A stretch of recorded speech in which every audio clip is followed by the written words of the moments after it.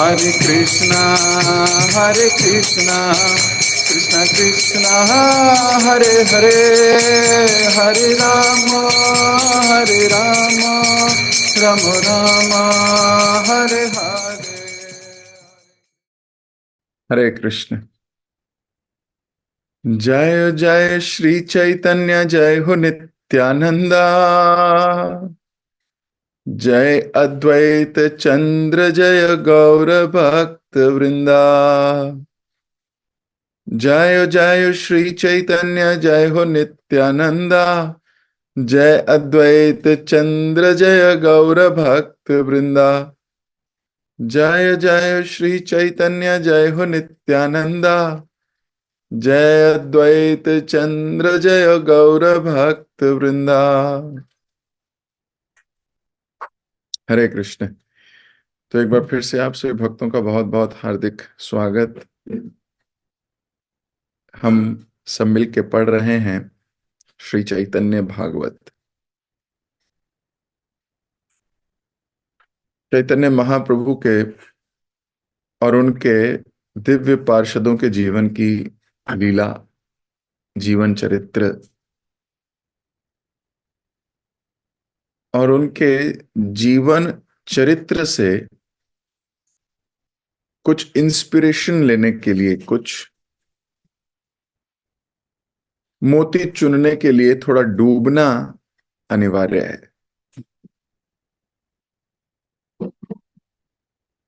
बड़े सौभाग्य की बात है, प्रभुपाद जी की असीमित कृपा है कि इस अद्भुत ग्रंथ को हम पढ़ पा रहे हैं। कुछ और भाग्यशाली लोग हैं जो केवल पढ़ नहीं पा रहे, जो डूब पा रहे हैं। कुछ उनसे भी भाग्यशाली लोग हैं जो केवल डूब नहीं पा रहे, वो अपने जीवन में उसको अप्लाई भी करने का प्रयास कर रहे हैं। एक ही ग्रंथ को अलग अलग श्रेणियों के भक्त अलग अलग दृष्टिकोण से अलग अलग मोतियों को चुन रहे हैं।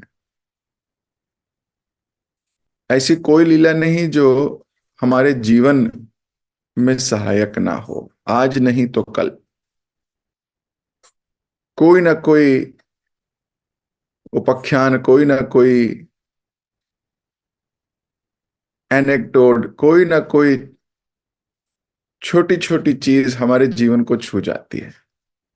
कभी हम जीवन की उस परिस्थिति से गुजर रहे होते हैं तो प्रभुपाद जी की कोई लाइन याद आ जाती है, ग्रंथ का कोई एपिसोड याद आ जाता है, एक जीवन को जीने का एक एक दिशा मिल जाती है। प्रभुपाद जी का जितना गुणगान किया जाए उतना कम है।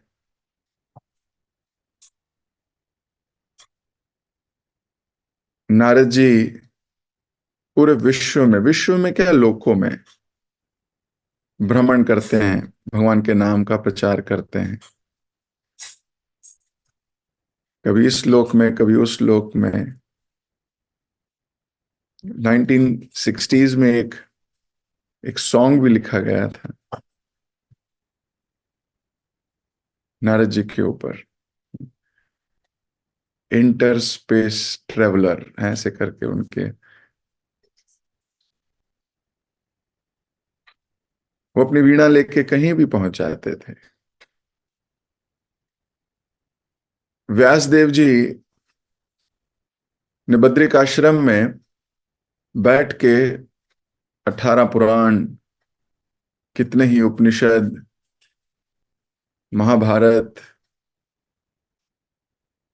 श्रीमद् भागवतम, पता नहीं क्या क्या लिखा।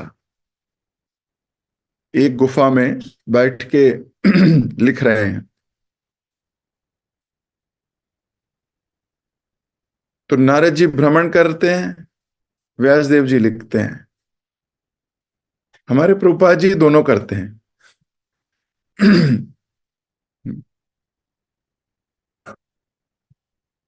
14 बार पूरे विश्व का भ्रमण किया, वर्ल्ड टूर, 10 सालों में। और ट्रेवलिंग करते करते करते करते लिख भी रहे हैं।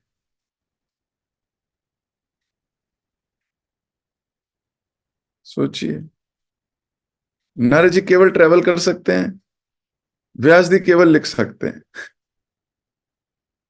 प्रभुपाद जी दोनों कर सकते हैं, ट्रेवल भी कर सकते हैं और लिख भी सकते हैं। कितनी असीमित कृपा है। चैतन्य चरितमृत हो या चैतन्य भागवत, बड़ी आनंददायक, आनंद प्रदायक है। अंग्रेजी में एक शब्द है मर्सी, है ना, सब बोलते हैं मर्सी।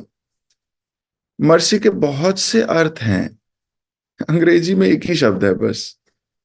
संस्कृत में आ जाओ तो मर्सी को कहा गया, क्षमा को भी मर्सी बोलते हैं, please be merciful on me, यानी क्षमा कर दीजिए। करुणा, दया। संस्कृत बड़ी खूबसूरत लैंग्वेज है। अंग्रेजी कहती है सिर्फ मर्सी। अब वो क्षमा मांग रहे हो, कृपा मांग रहे हो, करुणा मांग रहे हो, दया कर रहे हो, मतलब क्या मालूम क्या है इनमें से।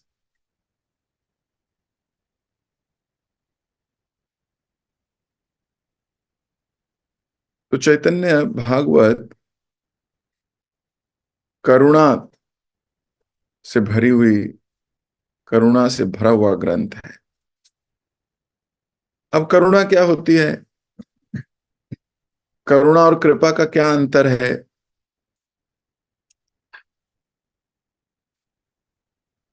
कृपा मांगी जाती है, क्या बोलते हैं ना, गुरुदेव कृपा बिंदु दिया, करो ए दासे तृण पे ख्याति ही ना।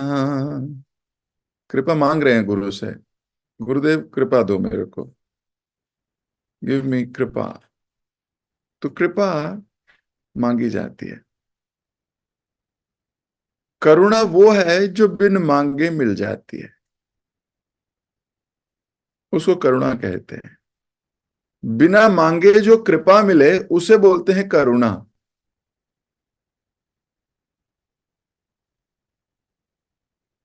पात्र अपात्र ना देखी, तो महाप्रभु ये भी नहीं देखते कौन पात्र है, कौन कुपात्र है, कौन सुपात्र है। वो तो बस चैतन्य भागवत में डूबा होना चाहिए बस।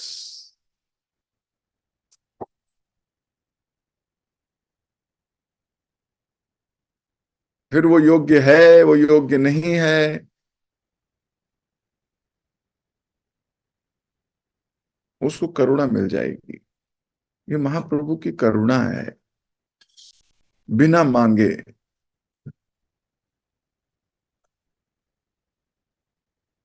तो बड़ा सौभाग्य है हमारा, चैतन्य भागवत इतना करुणामयी शास्त्र जो है, करुणा अवतार है महाप्रभु।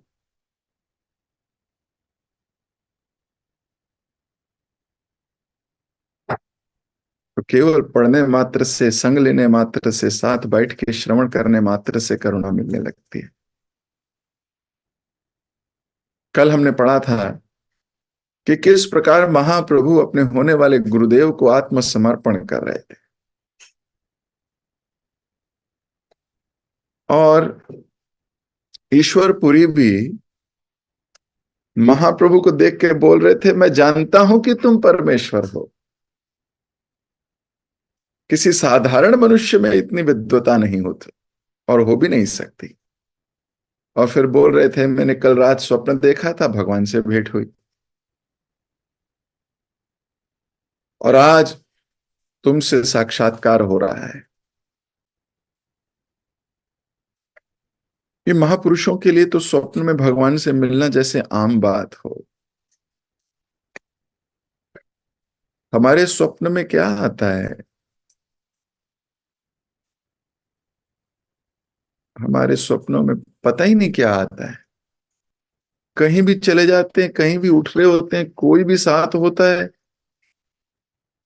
हमारे स्वप्न हमारी कॉन्शियसनेस को दर्शाते हैं।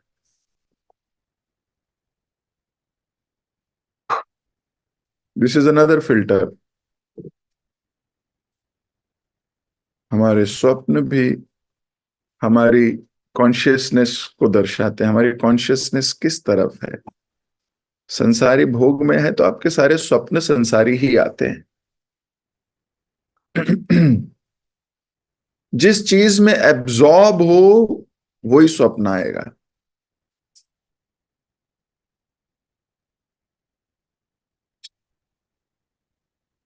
तो अगर कृष्ण कॉन्शियसनेस में ऑब्जर्व हो तो आए दिन आपको भगवान के स्वप्न होंगे, गुरु होंगे, वैष्णव होंगे।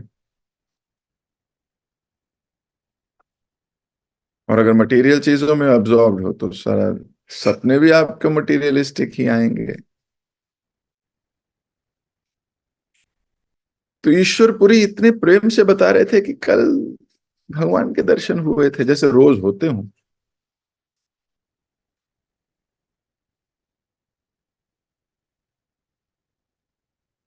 और महाप्रभु को देख के बोल रहे हैं, सच कहूं तो जब भी मैं तुम्हारे साथ होता हूं बड़ा आनंद होता है।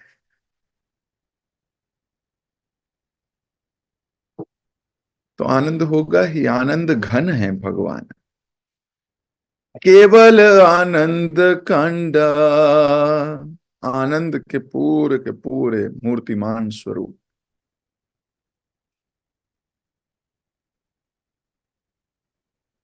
अपने शुद्ध भक्त के इन भावों को सुनकर महाप्रभु अत्यंत प्रसन्न हो गए।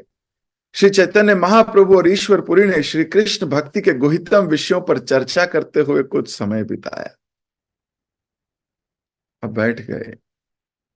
मच्चिता मद्गता प्राणा बोधयंती परस्परम, कथयंती च माम नित्यम तुष्यंती च रमंती च। कृष्ण भक्त यही हैं, जहां बैठेंगे वहां कृष्ण की चर्चा करेंगे। इनके पास दो तीन चर्चाएं ही हैं करने के लिए।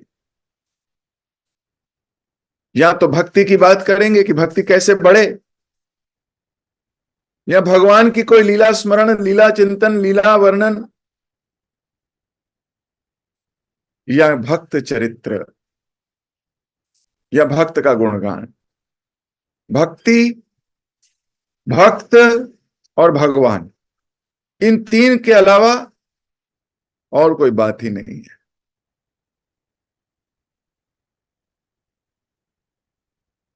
जहां कहीं भी भक्ति होगी वहां ये तीन चीजें अनिवार्य रूप से होंगी, और तीनों होंगी। इनमें से कोई दो नहीं हो सकती, तीनों होंगी।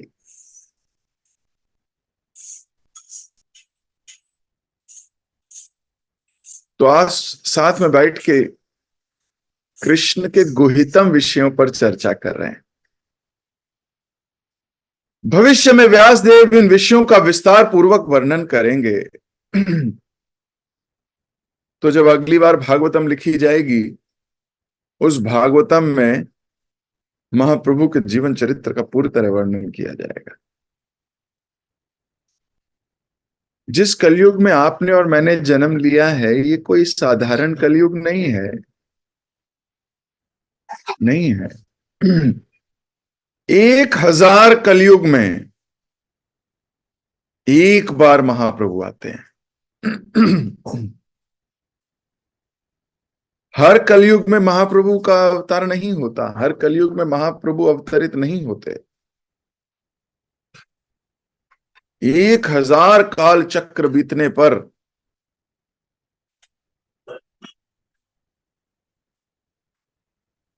एक बार महाप्रभु का अवतार होता है। तो हम सब उसी कलयुग में आए हैं जिस कलयुग में महाप्रभु का अवतार हुआ, महाप्रभु प्रकट हुए अभी 550 साल पहले लगभग। तो हम भी कोई कम भाग्यवान नहीं है।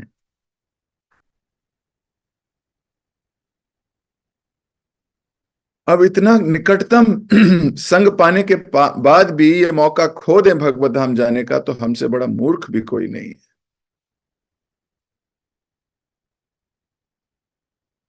Foolish, so close yet so फार।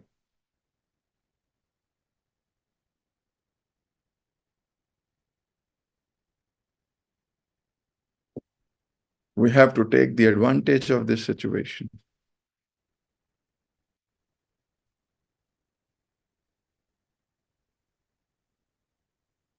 तो भविष्य में जब व्यास देव दोबारा भागवतम लिखेंगे, उसमें विस्तार पूर्वक वर्णन करेंगे।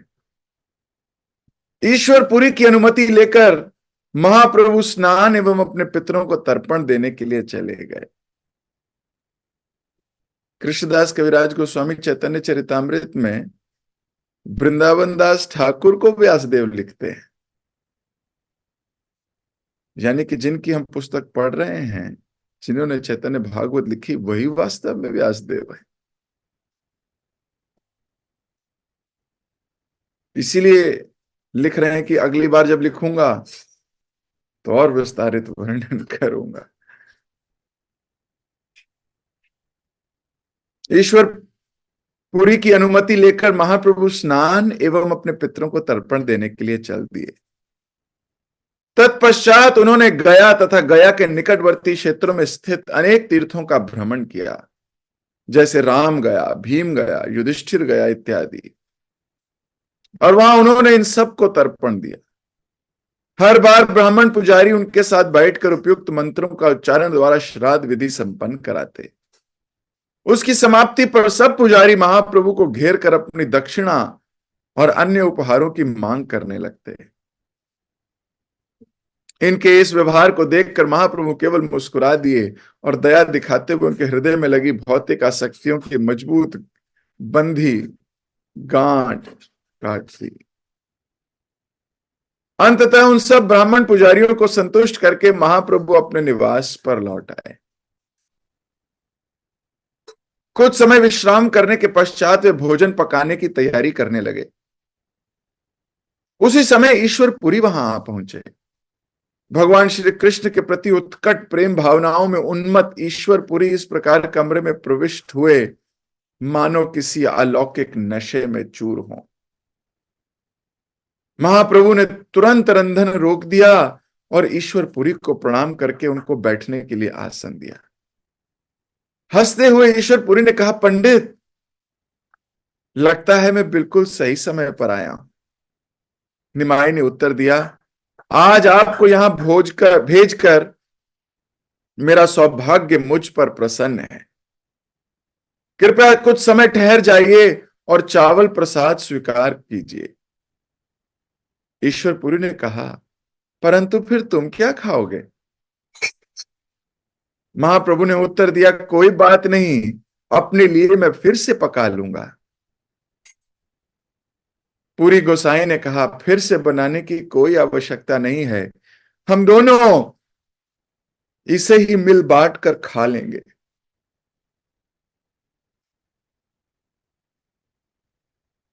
मुस्कुराते हुए महाप्रभु ने उत्तर दिया, यह जो पक गया है केवल आपके लिए है, मुझे फिर से पकाने में अधिक समय नहीं लगेगा। संकोच मत कीजिए, कृपया इसे स्वीकार कीजिए।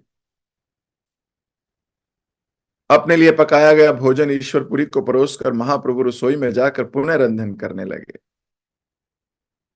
महाप्रभु ने ईश्वरपुरी के ऊपर इतनी कृपा की कि उन्हें स्वयं अपने हाथों से परोस रहे थे। उल्लासित हो ईश्वरपुरी एक एक ग्रास का आनंद ले रहे थे। इसी बीच श्रीमती लक्ष्मी देवी ने अदृश्य रूप से रसोई में प्रवेश किया और भगवान के लिए भोजन पका दिया। अपने अतिथि को पूरी तरह संतुष्ट हुआ देख महाप्रभु भी भोजन करने बैठ गए। भोजन करने के पश्चात उन्होंने ईश्वरपुरी के लिए विश्राम की व्यवस्था की। एक शिष्य के रूप में महाप्रभु ने सुगंधित तेल से अपने गुरुदेव की मालिश की। श्री ईश्वर चंद्रपुरी की महानता का वर्णन करने की शक्ति भला किस में है? एक आदर्श शिष्य के रूप में श्री चैतन्य महाप्रभु ईश्वरपुरी का जन्म स्थान देखने गए। अब जब शिष्य मान लिया है अपने को, तो गुरुदेव और गुरुदेव की प्राकट्य स्थली और गुरुदेव की लीला जहां जहां हुई है, वो सारी लीला स्थली को देखने का, सुनने का, समझने का एक आदर्श शिष्य में इच्छा जागृत हो ही जाती है। वो उनके विषय में सब कुछ जानना चाहता है। प्रेम ही ऐसा है। यहां लिखा गया, एक आदर्श शिष्य के रूप में महाप्रभु ईश्वरपुरी का जन्म स्थान देखने गए। वहां बारंबार अपने गुरुदेव के नामों का उच्चारण करते हुए भाव विभोर उठे और निरंतर प्रेम अश्रु बहाने लगे। क्या मेडिटेशन कर रहे होंगे! इतना प्रेम कैसे हृदय में भर आया होगा कि आंखें झलक गई। वहां धरती से मुट्ठी भर मिट्टी उठाकर उन्होंने अपने कपड़ों में बांध ली और कहा, ईश्वरपुरी के जन्म स्थान की यह मिट्टी मेरी सबसे मूल्यवान संपत्ति है। तो जहां गुरुदेव का जन्म हुआ है, उस मिट्टी को कपड़े में बांध दिया और कह रहे हैं, ये मेरी सबसे मूल्यवान संपत्ति है। देखने की दृष्टि देखिए बस।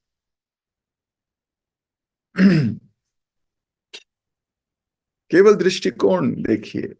एक शुद्ध हृदय क्या सोचता है? मिट्टी किसी के लिए मूल्यवान कैसे हो सकती है, वो भी मुट्ठी भर। कोई साधारण व्यक्ति कहेगा कि सबसे मूल्यवान वस्तु दिखाओ, तो वो मिट्टी दिखाई जाएगी तो वो हंसेगा। क्यों? क्योंकि उसका दृष्टिकोण स्पिरिचुअल नहीं है, मटीरियल दृष्टिकोण है। वही स्पिरिचुअल दृष्टिकोण युक्त व्यक्ति, वो जब उस माटी को देखेगा बारंबार प्रणाम करेगा। दृष्टिकोण।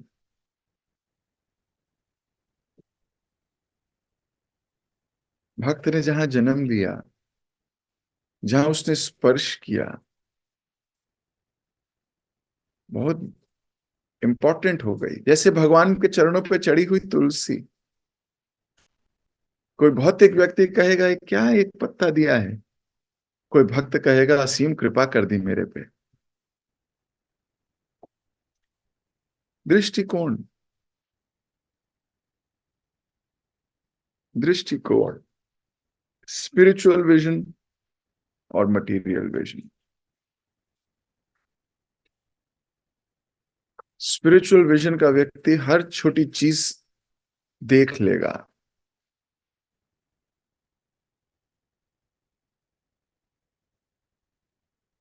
हर छोटी चीज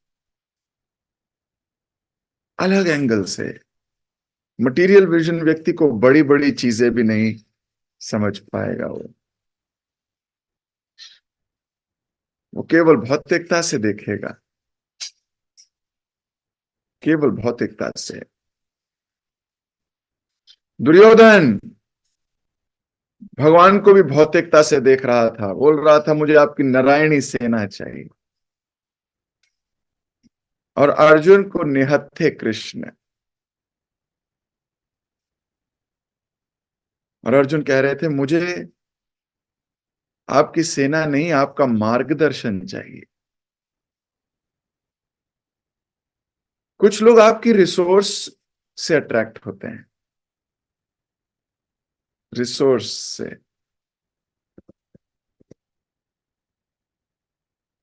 कुछ भौतिक लाभ से।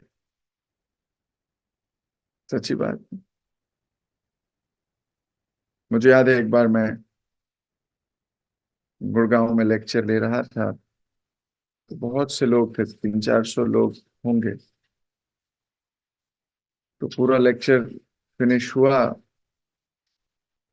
और जब लेक्चर फिनिश हुआ तो एक व्यक्ति ने, एक एक लेडी ने हाथ खड़ा किया, बोले मेरे को एक प्रश्न है। मैंने कहा पूछिए। बोले आपके विद्यालय में एडमिशन लेने के लिए क्या करना होगा? आपका स्कूल जो है हमने सुना है बहुत फेमस है। तो पूरा लेक्चर सुना, पर आध्यात्मिकता से कोई लाभ नहीं। उसको स्कूल की चिंता हो रही है। So, with what vision you are listening? With what vision? Once you have spiritual vision, you'll become spiritually enlightened. सोचिए, अभी महाप्रभु मिट्टी लेके उसी के लिए कह रहे हैं ये सबसे बहुमूल्य वस्तु है।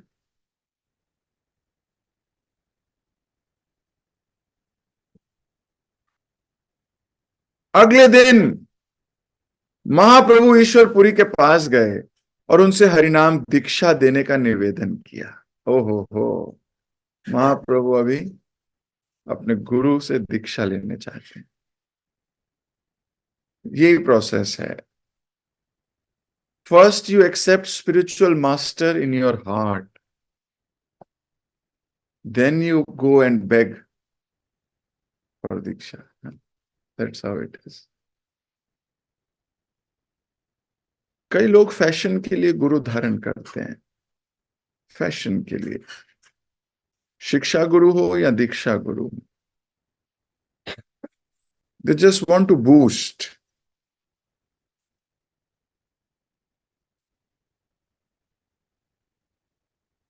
फैशन के लिए नहीं होना चाहिए, उनकी सेवा करने के लिए होना चाहिए।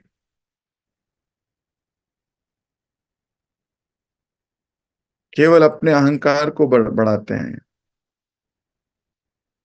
यू नो, मैं किसका disciple? I am disciple of this Prabhuji. I am in the facilitation of this Prabhuji.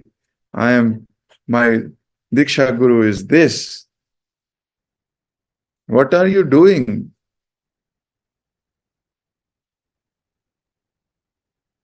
for your Guru? What are you doing for your Shiksha Guru? What instructions are you following?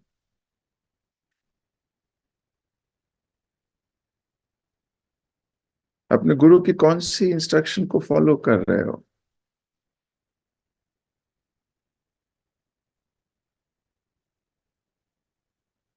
To the degree you are attached to the instruction of your Guru, to the same degree Krishna will reciprocate. Guru Maharaj की जो इच्छा है, उनकी जो instruction है, आप उसको कितनी तीव्रता से फॉलो करते हो, उसी डिग्री से कृष्ण आपके ऊपर कृपा करेंगे।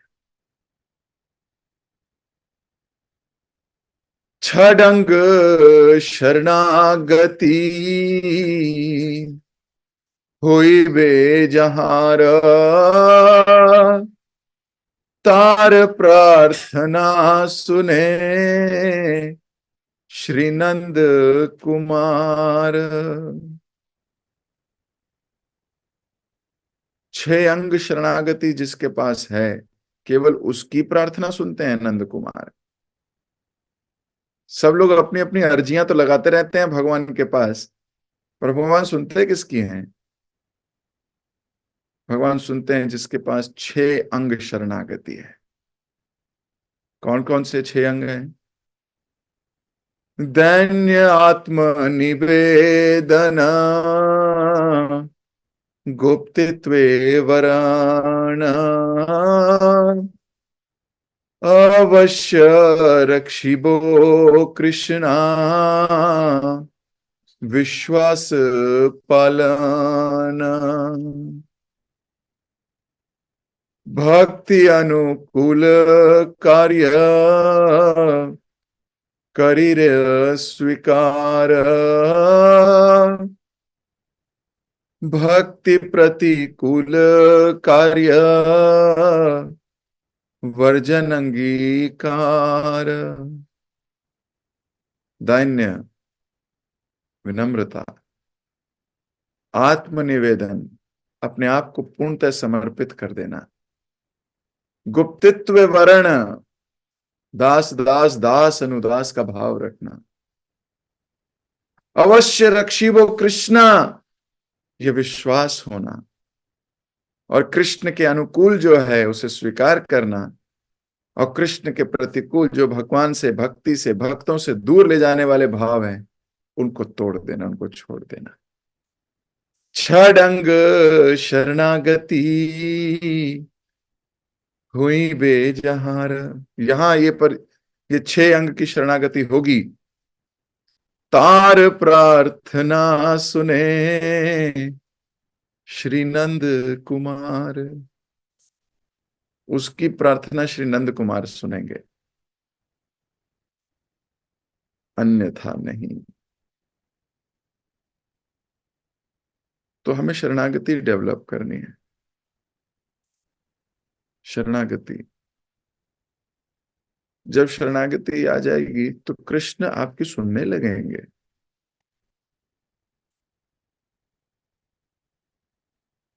शरणागति आएगी महाप्रभु के चरणों में, शरणागति आएगी महाप्रभु की कृपा से।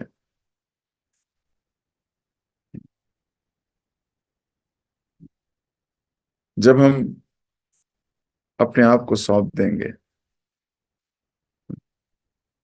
कांदिया कांदिया कहे आमी तो अधमा, सिखाओ शरणागति कर दो उत्तम। जब हम अपने गुरु के चरणों में बैठ के कहेंगे रोते रोते, कांदिया कहे आमी तो अधम, ये मानेंगे कि हम अधम हैं, हम गिरे हुए हैं, सिखा दो शरणागति और उत्तम कर दो। भौतिक दृष्टि में अगर आप किसी के शरणागत हो, लोग कहेंगे देख नौकर बना हुआ है, नौकर बना रखा है। भौतिक दृष्टिकोण से लोग ये कहेंगे। भक्त क्या कहेंगे? भक्त देख के कहेंगे कितना उत्तम है। आपकी जो कॉन्शियसनेस है, आपकी कॉन्शियसनेस अगर मटेरियल है तो आप भी कह दोगे हाँ हाँ नौकर ही है भाई, और आपकी कॉन्शियस स्पिरिचुअल है, बोलना नौकर बनना सबसे बड़ी योग्यता है। दास दास दास दास अनुदास, नौकर भी नहीं, हमारे शास्त्र बोलते हैं कुत्ता बनना है, कुकुर। नौकर को लात मार दो तो कई बार नौकर भी ईगो में आ जाता है, मैं नहीं करता तुम्हारी नौकरी। पर कुत्ता जो घर का होता है उसको लात मार दो फिर दुम हिलाता हुआ आ जाता है। भक्ति बहुत डीप है। मटेरियल वर्ल्ड के लोग आपको भक्ति से गिराने का बहुत प्रोसेस करेंगे। क्यों? क्योंकि उनमें खुद में अभी वो दृष्टि नहीं है।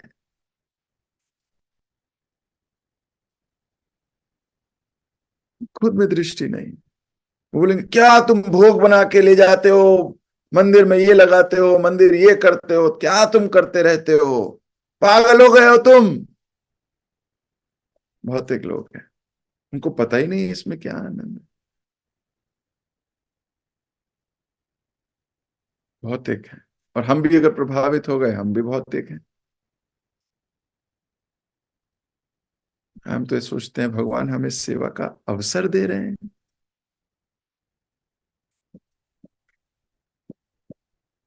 कांदिया कांदिया कहे अमी तो अधम, सिखाओ शरणागति, तो बोल रहे हैं मुझे नौकर बनाओ, मुझे शरणागति सिखाओ, और शरणागति सिखा के मुझे उत्तम बना दो। Devotees vision is very different.